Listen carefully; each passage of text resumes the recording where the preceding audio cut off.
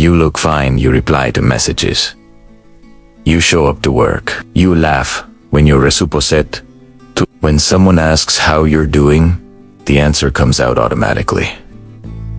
I'm okay. And on paper, that's true. You're functioning, you're getting through the days. But there's a quieter question hiding underneath all of it. Are you actually okay? Or have you just gotten really good at looking fine? This video is for the people who never really fall apart. The ones who keep moving. The ones who handle responsibilities, meet deadlines, say all good, and still feel heavy. When everything finally goes quiet. Not broken, not dramatic. Just tired in a way sleep never fixes. You might not even know how to explain it. You just know something doesn't feel right. Maybe you notice it in the little moments. When silence feels uncomfortable. When weekends don't recharge you anymore. When someone genuinely asks how you're doing, and you hesitate for a split second before saying, fine. Not because you're lying, but because opening that door feels complicated. Here's what most people miss. Being okay on the outside can slowly pull you away from what's happening on the inside. You get used to holding it together. You stop checking in with yourself. You stop asking what you need. You stop noticing how much you're carrying. From the outside, no one questions it. You're reliable. You're calm. You're the one who seems to have everything under control. So the pressure to stay okay quietly builds. You don't want to worry anyone. You don't want to sound ungrateful. You don't want to turn feelings you can't even name into a conversation. So you keep going. You keep smiling. You keep saying you're fine. And slowly, that emotional weight starts to feel normal. Familiar. Almost invisible. But here's the truth. Just because something feels normal doesn't mean it's harmless. And just because you're functioning doesn't mean you're actually okay. There's a reason this feeling shows up for so many people. And once you understand what's really happening underneath it, everything starts to change. If you've ever thought, other people have it worse, so why do I feel like this? You're not alone. That thought alone keeps a lot of people stuck. You minimize your feelings. You tell yourself you should be grateful. You remind yourself that nothing is technically wrong. And somehow, that makes the heaviness feel even harder to talk about. This is where patterns start to show up. You distract yourself. You stay busy. You scroll. You work longer hours. You fill your schedule, not because you love being busy, but because slowing down makes the feelings louder. Movement becomes a coping mechanism. Stillness feels unsafe. You might also notice how good you are at reading other people. You sense moods. You pick up on tension. You know when to say the right thing. But when it comes to your own emotions, things feel blurry. Like static. You feel something, but you can't quite name it.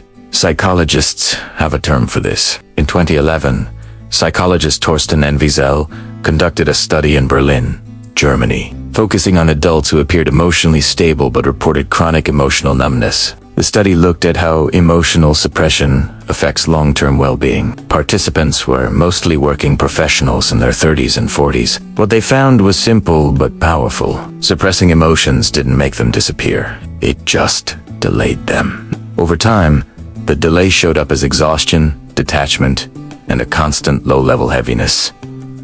Here's the real-life version. Picture someone in an office. They meet deadlines. They joke in meetings. They answer emails fast. Coworkers describe them as easygoing. But when they get home, they feel empty. Not sad, just flat. That's not weakness. That's unprocessed emotion looking for space. The takeaway from that research is important. Being fine too often trains your nervous system to stay in control mode. You're always braced, always managing, always holding something in, and eventually, your body and mind asked for relief. The tricky part is this. You don't feel bad enough to ask for help, but you don't feel good enough to feel at peace. You're stuck in between, and that in-between space is exactly where the next piece of this puzzle lives. That in-between space is where realization starts. Because what you're feeling isn't sadness. It's emotional backlog. It's everything. You didn't have time, space, or permission to feel piling up quietly in the background. Most people think emotional health is about feeling happy. It's not. It's about feeling connected to yourself. And when you're always okay, always fine, always managing, that connection slowly fades. You're not ignoring your emotions on purpose. You just learned, somewhere along the way, that keeping it together was safer. Maybe you grew up being the responsible one. Maybe you learned early that your feelings came second. Maybe you were praised for being strong, independent, low maintenance. Those labels feel good at first, but they can turn into rules you never agreed to. Here's the relief part. You don't need to break down to heal. You don't need a dramatic moment. You don't need to explain everything to everyone. The shift starts smaller than that. It starts with allowing honesty in tiny, private moments. Instead of asking, "Am I okay?" try asking, "What am I carrying right now?" Instead of pushing through, notice when your body tightens. Notice when you feel numb. Numbness is information, not a flaw. One helpful practice is naming without fixing. You feel tired, you name it. You feel disconnected, you name it. No solutions, no pressure, just awareness. That alone reduces the internal load more than most people realize. Another shift is letting one safe person see the real answer. Not the full story, just a slightly more honest one. "I'm okay, but kinda drained." That's enough. You don't have to earn rest by falling apart.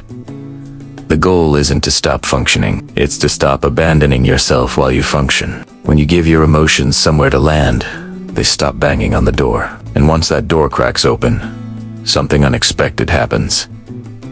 The heaviness doesn't get louder, it gets lighter. But there's one more piece most people miss, and it changes how you see yourself completely.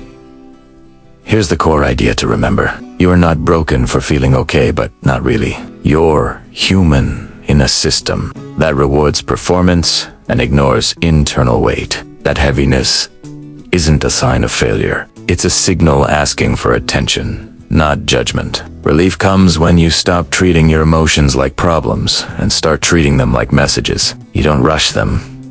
You don't argue with them. You listen. And listening doesn't mean drowning in feelings. It means acknowledging them without pushing them away. This is where confusion turns into clarity. You realize you weren't pretending, you were protecting yourself.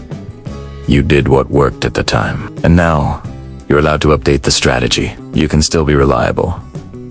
You can still be capable. You can still show up. But you don't have to carry everything alone anymore. Functioning and feeling aren't enemies. They're partners when you let them be. If this video feels uncomfortably accurate, that's not a coincidence. It means you're becoming aware. Awareness is the beginning of relief, not the end of strength. So tonight, or tomorrow, or sometime soon, pause for 10 seconds longer than usual. Ask yourself what you've been quietly holding. No fixing, no judging, just noticing. That moment matters more than you think. If this resonated, sit with it. Maybe share it with someone who always says they're fine.